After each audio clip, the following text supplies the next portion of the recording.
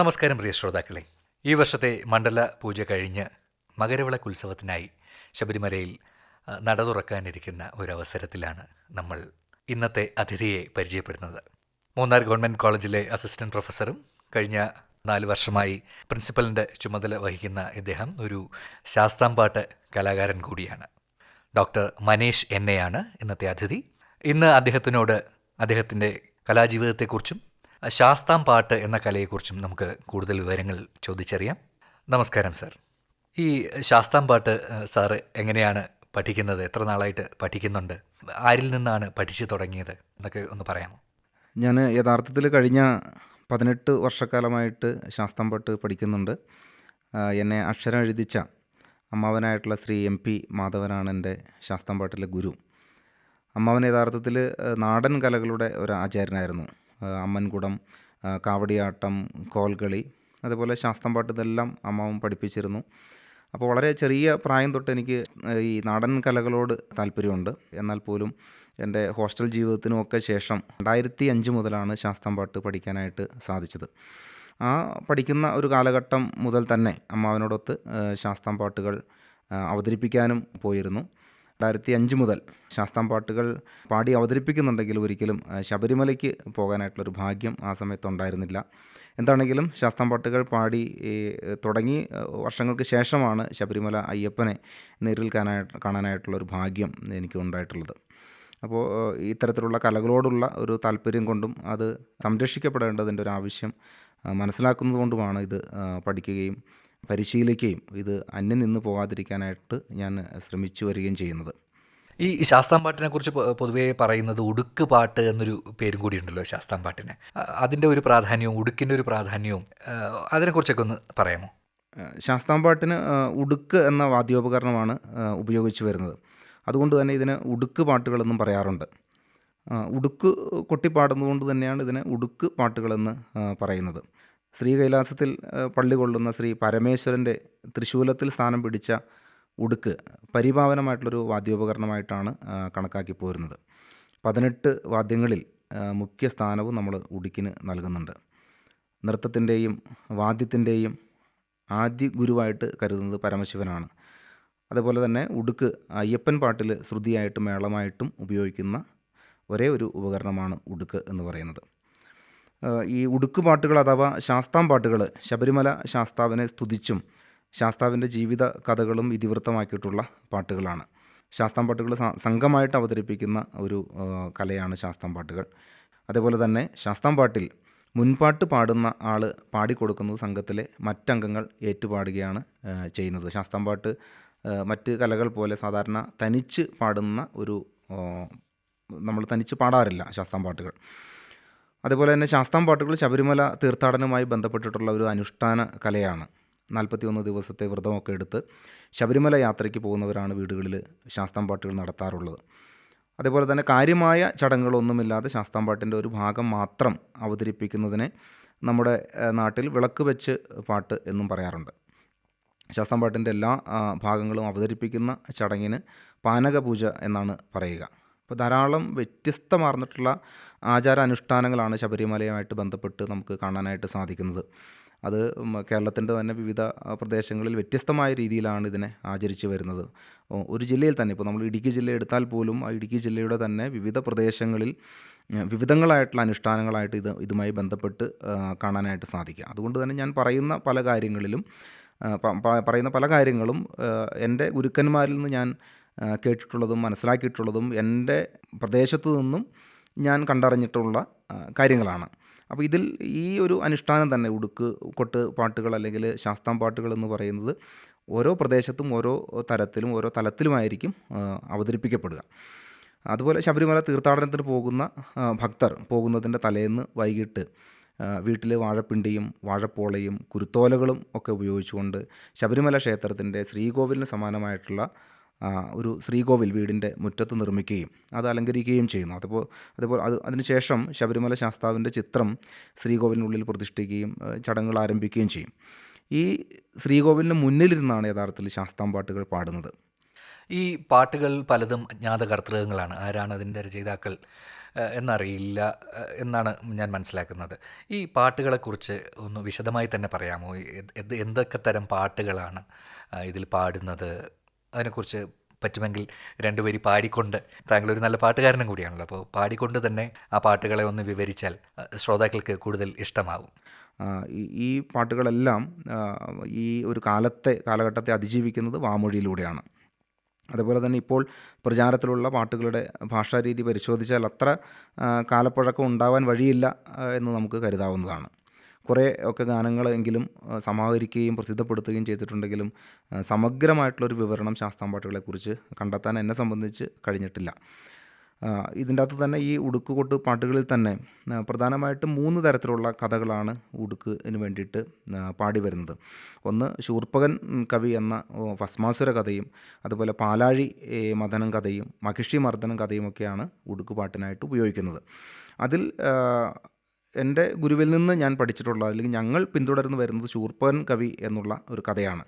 അതായത് ശൂർപ്പകൻ കവിയിൽ എന്ന് പറയുന്ന ഒരു കഥയിൽ ഭസ്മാസുരൻ പരമശിവനിൽ നിന്നും വരം വാങ്ങുന്നതും പരമശിവനെ പിന്തുടരുന്നതും മഹാവിഷ്ണു മോഹിനി രൂപത്തിൽ രക്ഷയ്ക്കായി എത്തുന്നതും ആയിട്ടുള്ളൊരു കഥയാണ് ഇതിൽ പറയുന്നത്. ഇനി പാലാഴി മദനത്തിലാണെങ്കിൽ അമൃത് കൈക്കലാക്കിയിട്ടുള്ള അസുരന്മാരിൽ നിന്നും അമൃത് വാങ്ങുന്നതിന് വേണ്ടി മോഹിനി രൂപത്തിലെത്തുന്ന മഹാവിഷ്ണുവിനെ കുറിച്ചാണ് അവിടെ പറയുന്നത്. ഈ 2 കഥകൾക്കും ശേഷമുള്ള കഥ നമുക്ക് അറിയുന്ന കഥയാണ് ഈ മഹാവിഷ്ണുവിൻ്റെ മോഹിനി രൂപത്തിൽ ആകർഷനായിട്ടുള്ള പരമശിവൻ ആ വേഷം കാണാനായിട്ട് ആഗ്രഹം പ്രകടിപ്പിക്കുകയും ആ വേഷം കാണുകയും അതിനെ തുടർന്ന് ഈ മോഹിനിയിലും പരമശിവനിലും പിറക്കുന്ന ഒരു കുഞ്ഞായിട്ടാണ് അയ്യപ്പനെ നമ്മൾ കരുതുന്നത്. ഈ കഥകൾ ഞങ്ങൾ പാടുമ്പോൾ ഇതിൻ്റെ തുടക്കത്തിൽ യഥാർത്ഥത്തിൽ ഗണപതി കൊട്ടിക്കൊണ്ടാണ് തുടങ്ങുന്നത്. അപ്പോൾ ഞങ്ങളുടെ രീതിയിലുള്ള ഒരു ഗണപതി കൊട്ട് ആദ്യം ഒന്ന് പരിചയപ്പെടുത്താം.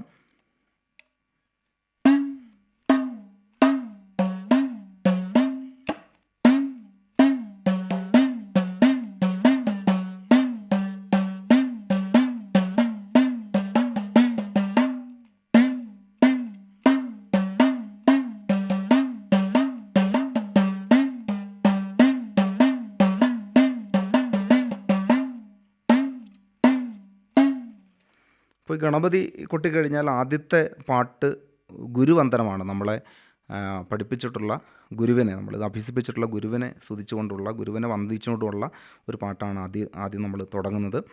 ഈ പാട്ട് ഞങ്ങൾ പാടി വരുന്നത് പൊത്തുചെമ്പട എന്ന് പറയുന്ന ഒരു താളത്തിലൂടെയാണിത് പാടി വരുന്നത്. അതിൻ്റെ ഒരു 3-4 വരികൾ ഞാനൊന്ന് കേൾപ്പിക്കാം.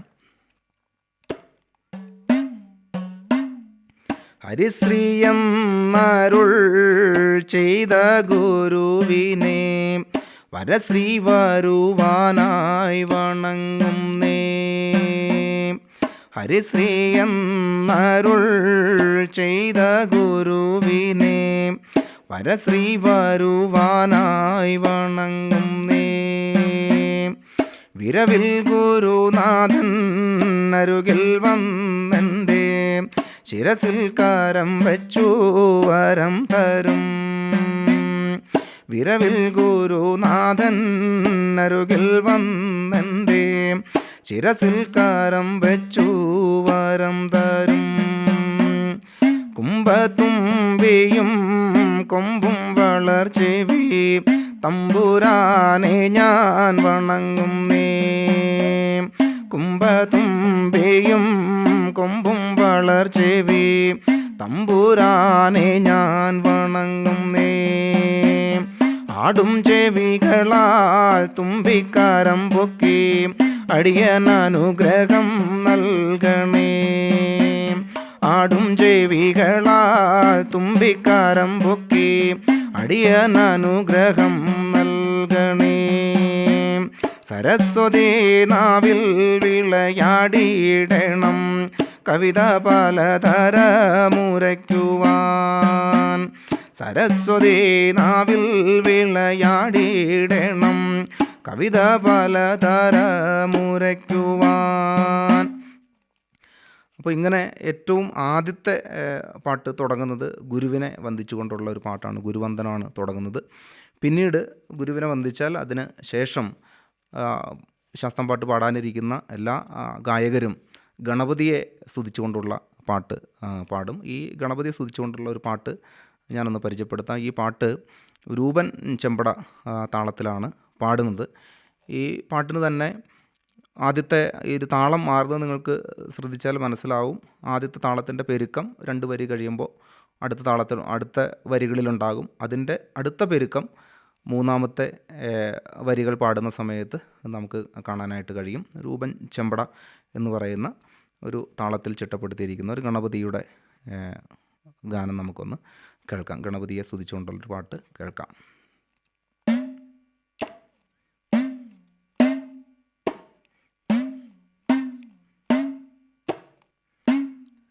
പൊന്മൂടിയും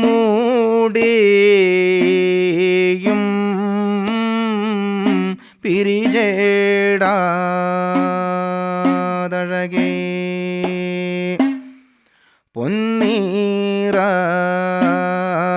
പൊന്നീറമാം മരതക അഴകേ അമ്പിളിയും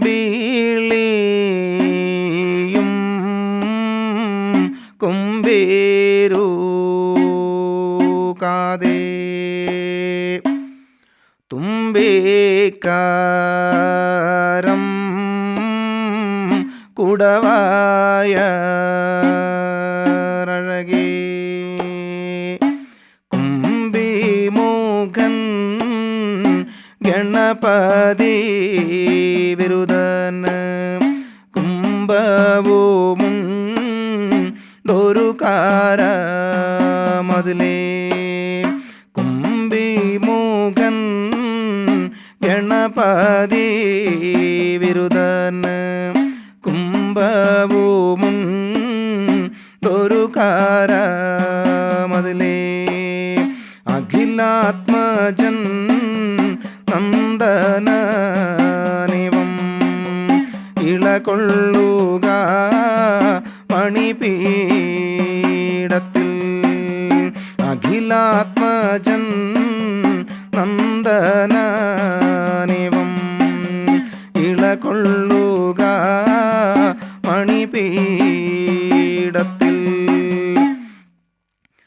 ഗുരുവിനും അതേപോലെ ഗണപതിക്കും ശേഷം വിദ്യയുടെ ദേവതയായിട്ട് നമ്മൾ കരുതുന്ന സരസ്വതിയെ സ്തുതിച്ചുകൊണ്ടുള്ള ഒരു പാട്ടാണ് അടുത്തത് പാടുന്നത്. അത് 4-ാം താളത്തിൽ ആണ് ഈ പാട്ട് ചിട്ടപ്പെടുത്തിയിരിക്കുന്നത്. 4-ാം താളത്തിലുള്ള സരസ്വതിയുടെ ഒരു ഗാനം ഞാനൊന്ന് പരിചയപ്പെടുത്താം.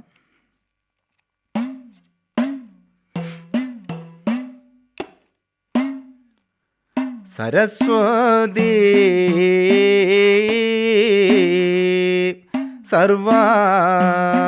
സർവാദേവി ശാസ്ത്രവേദ പൊരുളേതായേ സരസ്വതി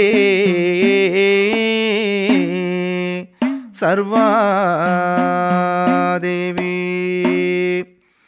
ശാസ്ത്രവേദ പൊരുളേതായേ കവിതയ്ക്കു മുൻപായതും നീയേ കവിത പെണ്ണവളായതും നീയേ കവിതയ്ക്കു മുൻപായതും നീയേ കവിത പെണ്ണവളായതും നീയേ കാർക്കൂന്തലിൽ ഇളകും പെണ്ണേ പൈതലാളേ പാരിൽ മാതാവേ അന്നാവിടേഴും നള്ളിയ പോലെ ഇന്നി കളത്തിലും എഴുന്നള്ളൻ്റമ്മേ. അപ്പോൾ ഈ 3 പാട്ടുകളും കഴിഞ്ഞാൽ അതിനുശേഷം പാടുന്ന പാട്ടുകൾ അയ്യപ്പൻ്റെ ജനനവുമായി ബന്ധപ്പെട്ടിട്ടുള്ള പാട്ടുകളാണ് പാടുന്നത്.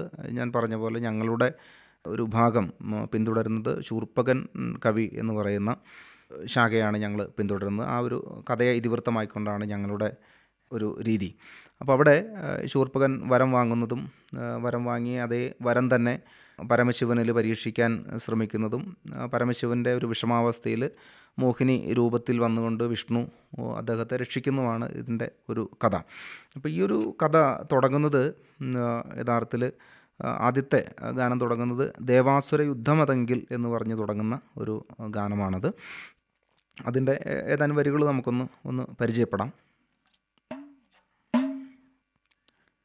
ദേവാസുര യുദ്ധമാതെങ്കിൽ ദേവകൾ തോൽക്കുകയെന്നേ. ദേവാസുര യുദ്ധമാതെങ്കിൽ ദേവകൾ തോൽക്കുകയെന്നേ. അപ്പം അങ്ങനെ ഈ ഒരു ആദ്യത്തെ ഗാനം അങ്ങനെ തുടങ്ങുന്നു. അതിനുശേഷവും ധാരാളം പിന്നെ അന്തണനകഴകോടെ എന്ന് തുടങ്ങുന്ന ഒരു ഗാനം ഏറിയ നാളായി ഈ തപസ് ചെയ്യുന്ന ശൂർപ്പകനെ കാണുന്നതിനും വരം നൽകുന്നതിനുമായിട്ട് പരമശിവൻ എത്തുന്ന ഒരു ഭാഗമാണ് ഏറിയ നാളായി എന്ന് പറഞ്ഞു തുടങ്ങുന്ന ഒരു ഗാനം. അപ്പോൾ അതിനുശേഷം ഓടി അണഞ്ഞൊരു അഖിലത്തിൽ കണ്ടഖിലേശനും സ്വർണ്ണസന്നിഭം തുടങ്ങിയ ഗാനങ്ങൾ പാടി ഒടുവിൽ ഉത്ഭവം എന്ന് പറയുന്ന ഒരു ഭാഗം, ഉത്ഭവം എന്ന് പറയുന്ന ഭാഗം അയ്യപ്പൻ ജനിക്കുന്ന ഒരു പാട്ടാണ്. ഈ അയ്യപ്പൻ ജനിക്കുന്ന പാട്ടിൻ്റെ ഒരു പ്രത്യേകത ഈ പരമശിവൻ മഹാവിഷ്ണുവിനോട് ആവശ്യപ്പെടുകയാണ് ഈ മോഹിനി വേഷം കാണണം എന്നുള്ളത്. അത് തുടങ്ങുന്നത് ഇങ്ങനെയാണ്: കാണേണം മോഹിനി വേഷം എന്നകതാരിൽ നീനച്ചു. കാണേണം മോഹിനി വേഷം എന്നകതാരിൽ നീനച്ചു. കാണേണ്ട മോഹിനി വേഷം കണ്ടാൽ കൗതുകമുണ്ടാം. കാണേണ്ട മോഹിനി വേഷം കണ്ടാൽ കൗതുകമുണ്ടാം. അപ്പോൾ പരമശിവൻ മഹാവിഷ്ണുവിനോട് മോഹിനി വേഷം കാണണം എന്ന് ആവശ്യപ്പെടുകയും മഹാവിഷ്ണു അത് വിലക്കുകയും ചെയ്യുന്നുണ്ട്. അങ്ങനെ മോഹിനി വേഷം കാണണ്ട, കണ്ടാൽ അതിൽ കൗതുകം ഉണ്ടാകാം എന്ന് പറയുമെങ്കിലും അത് പരമശിവൻ വളരെ പെട്ടെന്ന് ദേഷ്യപ്പെടുകയും അതിന് വേണ്ടിയിട്ട് മോഹിനി വേഷം കാണുന്നതിന് വേണ്ടിയിട്ട് അദ്ദേഹം വാശി പിടിക്കുകയും ചെയ്യുകയും, അപ്പോൾ അതിനെ തുടർന്ന് അയ്യപ്പൻ ജനിക്കുന്ന ഒരു പാട്ടാണത്. ഈ പാട്ട് ഇതിൻ്റെ ഒരു പ്രത്യേകത, ഈ പാട്ട് ശാസ്ത്രം പാട്ടുകാരും അതിനെ ഇരുന്ന് പാടാറില്ല. കാരണം അയ്യപ്പൻ സ്വാമി ജനിക്കുന്ന ഒരു പാട്ടായതുകൊണ്ട് തന്നെ നിന്ന് കൊണ്ടാണ് ഈ പാട്ട് പാടുന്നത്. അത് ഓരോ അനുഷ്ഠാനങ്ങൾ നടക്കുന്ന വീടുകളിൽ പാടുന്ന ഒരു സമയത്ത് ശരണം വിളിയിൽ മുങ്ങുന്ന ഒരു പാട്ടാണത്. കാരണം അയ്യപ്പസ്വാമി ജനിക്കുമ്പോഴേക്കും ഞാൻ നേരത്തെ സൂചിപ്പിച്ച പോലെ വീടിൻ്റെ മുമ്പിൽ നിർമ്മിച്ചിരിക്കുന്ന കുരുത്തോല കൊണ്ടും വാഴപ്പോളകൾ കൊണ്ടുമൊക്കെ നിർമ്മിച്ചിരിക്കുന്ന ആ ഒരു ശ്രീകോവിലിന് സമാനമായിട്ടുള്ള അന്തരീക്ഷം നിറയെ കർപ്പൂരങ്ങളൊക്കെ എരിഞ്ഞ് കത്തിക്കൊണ്ട് ശരണം വിളിയുടെ അകമ്പടിയിൽ പാടി വരുന്ന ഒരു പാട്ടാണ് ഈ ഉത്ഭവം. ഈ ഉത്ഭവം ത്തിന് ശേഷം പിന്നീട് അതോടുകൂടി ഇത് അവസാനിക്കുന്നില്ല. പിന്നീട് ശബരിമല ക്ഷേത്രത്തിൽ നടന്നു വരുന്ന മാളികപ്പുറത്തമ്മയെ എഴുന്നള്ളിക്കുന്നതിന് സമാനമായിട്ടുള്ള ചടങ്ങുകളെല്ലാം തന്നെ ഈ വീടുകളിൽ പാനക പൂജയോടെ അടുപ്പിച്ച്, ഇത് വടക്കൻ കേരളത്തിലേക്ക് മറ്റു പല പേരുകളിലുമൊക്കെയാണ്, പാലക്കോഴും കുമ്പ എഴുന്നള്ളിക്കുക തുടങ്ങിയ മറ്റു പല പേരുകളിലുമാണ് ഇത് അറിയപ്പെടുന്നത്. അപ്പോൾ ഇങ്ങനെ ഈ എതിരേൽപ്പ് പാട്ടുകൾ ഒക്കെ ഉണ്ട്. അപ്പോൾ ഈ എതിരേൽപ്പ് പാട്ടുകളിൽ പ്രധാനമായിട്ടും പാടി വരുന്നത്, അതായത് ഈ വീട്ടിൽ നിന്ന് ദൂരെ ഒരു സ്ഥലത്ത് ഈ വാഴപ്പിണ്ടി കൊണ്ട് നിർമ്മിച്ചിരിക്കുന്ന കൽവിളക്ക് പോലെ വാഴപ്പിണ്ടികൾ കൊണ്ട് പല തട്ടുകളിലായിട്ട് തിരികൾ തെളിക്കുന്ന ഒരു വിളക്ക് സ്ഥാപിക്കുകയും അവിടെ ചില കർമ്മങ്ങളും പൂജാകർമ്മങ്ങളും എല്ലാം നടത്തി തിരികെ വീട്ടിലേക്ക്, ഈ കെട്ടുനിറ ചടങ്ങ് നടക്കുന്ന വീട്ടിലേക്ക് തിരികെ പോരുന്ന സമയത്ത് ധാരാളം കുമ്മി അടിച്ച് പാടുന്ന പാട്ടുകൾ, ആളുകൾ നൃത്തം ചെയ്യുകയും ഒക്കെ ചെയ്യുന്ന പാട്ടുകളാണ് കുമ്മിപ്പാട്ടുകൾ. അപ്പോൾ അതിൽ ഞങ്ങൾ പ്രധാനമായിട്ടും പാടി വരുന്ന ഒരു പാട്ട് എന്ന് പറയുന്നത് ദാരിക വധവുമായി ബന്ധപ്പെട്ടിട്ടുള്ള പാട്ടുകളാണ്. ഭദ്രകാളി ശിവൻ്റെ തൃക്കണ്ണിൽ നിന്ന് ജനിക്കുന്നതും ഭദ്രകാളി തൻ്റെ വാഹനമായിട്ടുള്ള വേതാളത്തിൻ്റെ വീട്ടിലെത്തുന്നതും വേതാളത്തെ വിളിച്ചുകൊണ്ട് ദാരികൻ്റെ കോട്ടയിൽ ചെല്ലുന്നതും, അങ്ങനെ ദാരികൻ്റെ കോട്ടയിൽ ചെന്ന് ദാരികനെ വെല്ലുവിളിക്കുന്നതും ദാരികനും ഭദ്രകാളിയും തമ്മിലുള്ള ആ ഒരു യുദ്ധം വളരെ മനോഹരമായിട്ടുള്ള രീതിയിൽ നാടൻ ശൈലിയിൽ തന്നെ അത് അവതരിപ്പിക്കുന്നുണ്ട്. ഈ ഒരു പാട്ടുകളുടെ പ്രത്യേകത അത് കേട്ട് ആ താളം മുറുകുന്നതിനനുസരിച്ചും പാട്ട് മുറുകുന്നതിനനുസരിച്ചും അതിനോടൊപ്പം അകമ്പടി സേവിക്കുന്ന ആളുകൾ നൃത്തം ചെയ്യുന്നത് നമുക്ക് കാണാനായിട്ട് സാധിക്കും. അപ്പോൾ അത് ആ പാട്ടിൻ്റെ ഏതാനും വരികൾ അതിൻ്റെ തുടക്കത്തിൽ വളരെ മെല്ലെയാണ് തുടങ്ങുന്നതെങ്കിലും അതിൻ്റെ മുന്നോട്ട് പോകുന്തോറും ആ പാട്ട് ആളുകളെ നൃത്തം ചെയ്യിക്കുന്ന ഒരു പാട്ടായിട്ട് കരുതുന്ന ഒന്നാണ്. എൻ്റെ ഏതാനും വരികൾ നമുക്കൊന്ന് നോക്കാം.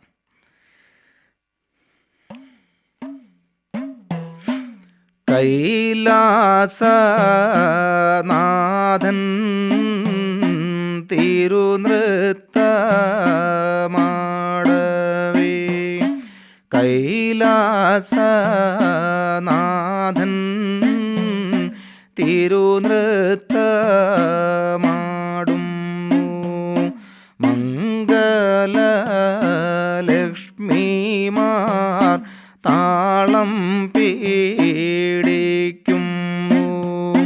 മംഗളലക്ഷ്മിമാർ താളം പീഡിക്കുന്നു.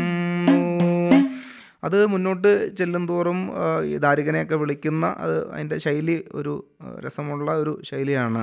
അത് ഇങ്ങനെയാണ്: എടയേട ദാരിക പോരിനായ് വരിനേട, എടയേട ദാരിക പോരിനായ് വരിനേട, ആരാടി എന്നെ ഈ പാതിരാ നേരത്ത്, ആരാടി എന്നെ ഈ പാതിരാ നേരത്ത്, ഹരനൂടെ തിരുമകൾ ഭദ്രകാളി വിളിക്കുന്നു, ഹരനൂടെ തിരുമകൾ ഭദ്രകാളി വിളിക്കുന്നു.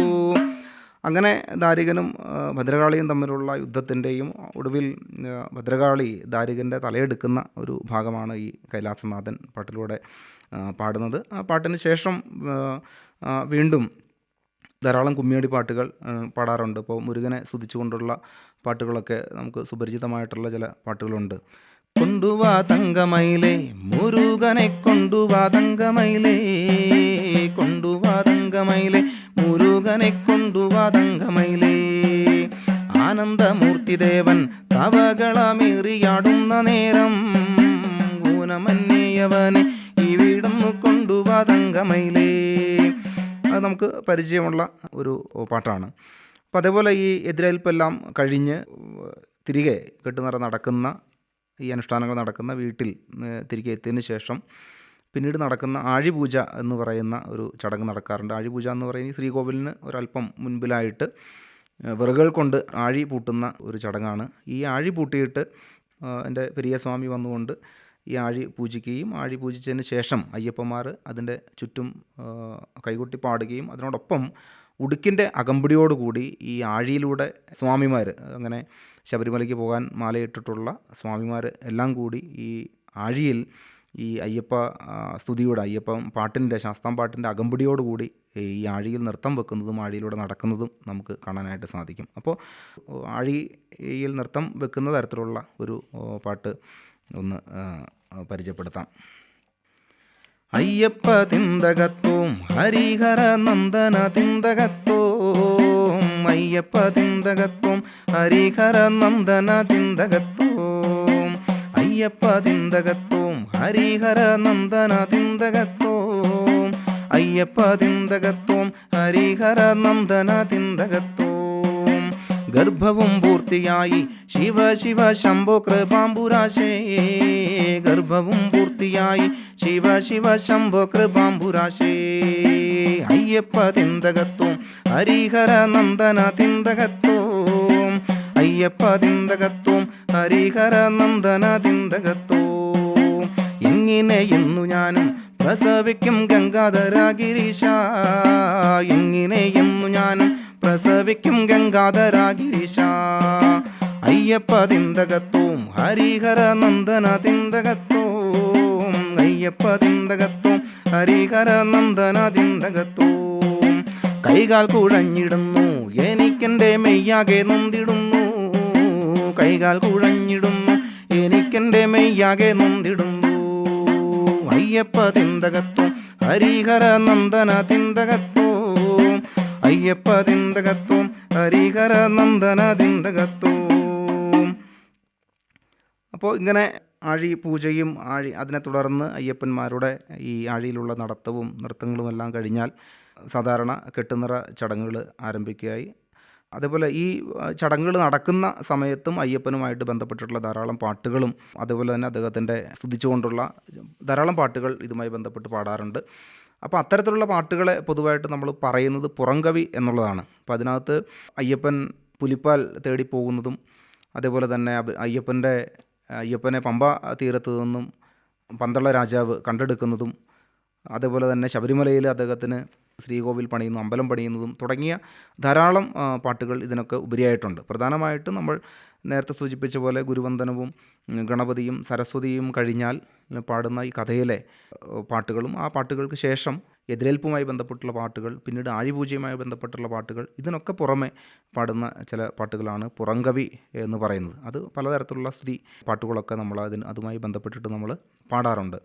ഇതിൽ എൻ്റെ അമ്മാവൻ എന്നെ ഇത് ഉടുക്ക് ശാസ്താംപാട്ട് അഭ്യസിച്ചിട്ടുള്ള അമ്മാവൻ തന്നെ ചിട്ടപ്പെടുത്തിയിട്ടുള്ള എഴുതിയുണ്ടാക്കിയതുമായിട്ടുള്ള പാട്ടുകളുണ്ട്. അപ്പോൾ അദ്ദേഹം 4ാം ക്ലാസ് വരെ മാത്രം പഠിച്ചിട്ടുള്ള ഒരാളാണ്. എന്നെ അക്ഷരം എഴുതിച്ച ഒരാളും എൻ്റെ അമ്മാവൻ തന്നെയാണ്. പക്ഷേ എന്നാൽ പോലും അദ്ദേഹവും ധാരാളം പാട്ടുകൾ ഇതിൻ്റെ അകത്ത് സംഭാവന ചെയ്തിട്ടുണ്ട്. അപ്പോൾ അതിലൊരു 2 വരി അദ്ദേഹം സംഭാവന ചെയ്ത ഒരു പാട്ട് ഞാനൊന്ന്, അത് പുറംകവി ആയിട്ട് തന്നെ നമുക്ക് കരുതാൻ പറ്റുന്ന ഒരു പാട്ടാണ്.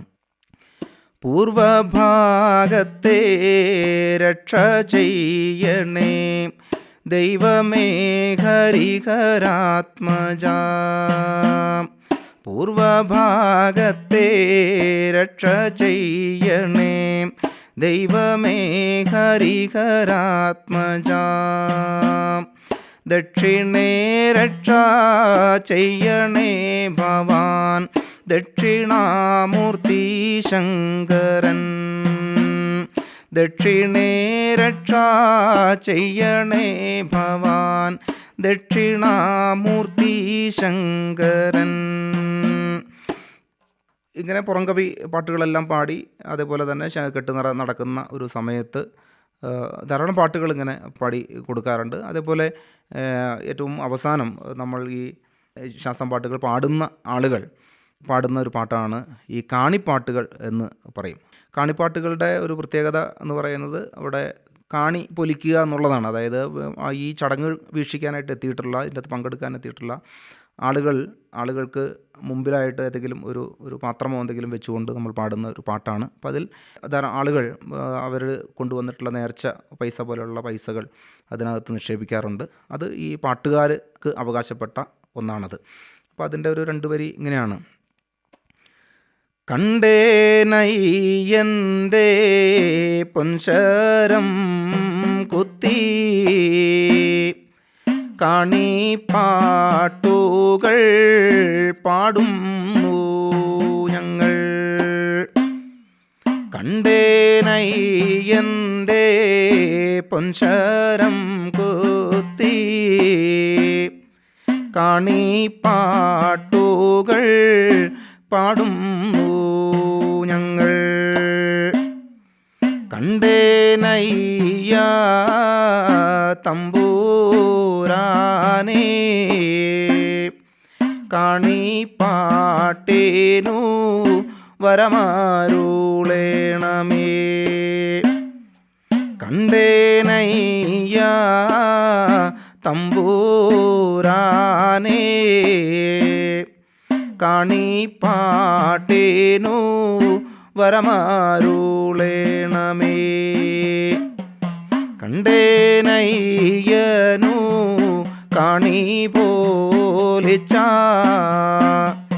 കണ്ടകശനി വെരറ്റുപോകും, കണ്ടേനയ്യനു കാണി പോലിച്ച കണ്ടകശനി വെരറ്റുപോകും. പിന്നീട് ഇത് മംഗളം പാടി അവസാനിപ്പിക്കുകയാണ് നമ്മൾ ചെയ്യുന്നത്. ഗോവിന്ദ ഹരി ഗോവിന്ദ, അങ്ങനെ ധാരാളം മംഗളം പാടി അവസാനിപ്പിക്കുന്ന ധാരാളം പാട്ടുകളുണ്ട്. ശാസ്താംപാട്ടിനെക്കുറിച്ച്, ശാസ്താംപാട്ടിൽ ഉപയോഗിക്കുന്ന പാട്ടുകളെക്കുറിച്ച് ഈ കുറഞ്ഞ സമയത്തിനുള്ളിൽ ആണെങ്കിൽ കൂടി വളരെ വിശദമായി തന്നെ അദ്ദേഹം സംസാരിച്ചു. ഈ പരിപാടിയുടെ സമയം തീരാറാകുന്നു. അവസാനമായി ശാസ്താംപാട്ടിനുമായി ചേർന്ന് താങ്കൾക്ക് എന്താണ് കൂട്ടിച്ചേർക്കാനുള്ളത്? ഇപ്പോൾ എന്താണെങ്കിലും ശാസ്താം പാട്ടുകൾ പുതിയ തലമുറയ്ക്ക് അത്ര പരിചയമില്ലാത്ത ഒരു നാടൻ കലാശാഖയാണെന്ന് വേണം മനസ്സിലാക്കാൻ. സാധാരണയായിട്ട് ഇതുപോലെ ഞങ്ങൾ ശാസ്താം പാട്ടുകൾ പല വീടുകളിലുമൊക്കെ പാടുന്ന സമയത്ത് ഇത് എന്തിനെക്കുറിച്ചാണ് പാടുന്നത്, അയ്യപ്പനുമായി ബന്ധപ്പെട്ട എന്തോ ആണ് എന്നതിൽ ഉപരി എന്തിനെക്കുറിച്ചാണ് പാടുന്നതെന്ന് ഒരു പക്ഷേ പുതിയ തലമുറയ്ക്ക് അറിയും എന്ന് കരുതുന്നില്ല. എന്നാൽ പഴയ തലമുറയിൽപ്പെട്ടിട്ടുള്ളവർ ഈ പാട്ടുകൾ സസൂക്ഷ്മം കേൾക്കുകയും ആദ്യാവസാനം ഈ ചടങ്ങുകളിലെല്ലാം തന്നെ പങ്കെടുക്കുകയും ചെയ്യാറുണ്ട്.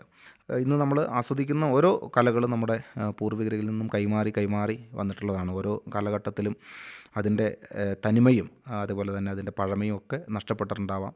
അപ്പോൾ നമുക്ക് ലഭിച്ച ഇത്തരത്തിലുള്ള കലകളെ വരും തലമുറകൾക്ക് വേണ്ടി കാത്തുവെക്കുവാനും അതിൻ്റെ തനിമ നഷ്ടപ്പെടാതെ തന്നെ അടുത്ത തലമുറകളിലേക്ക് പകരുവാനായിട്ടുള്ളൊരു ഉത്തരവാദിത്വം നമുക്കുണ്ട് എന്നാണ് എൻ്റെ അഭിപ്രായം.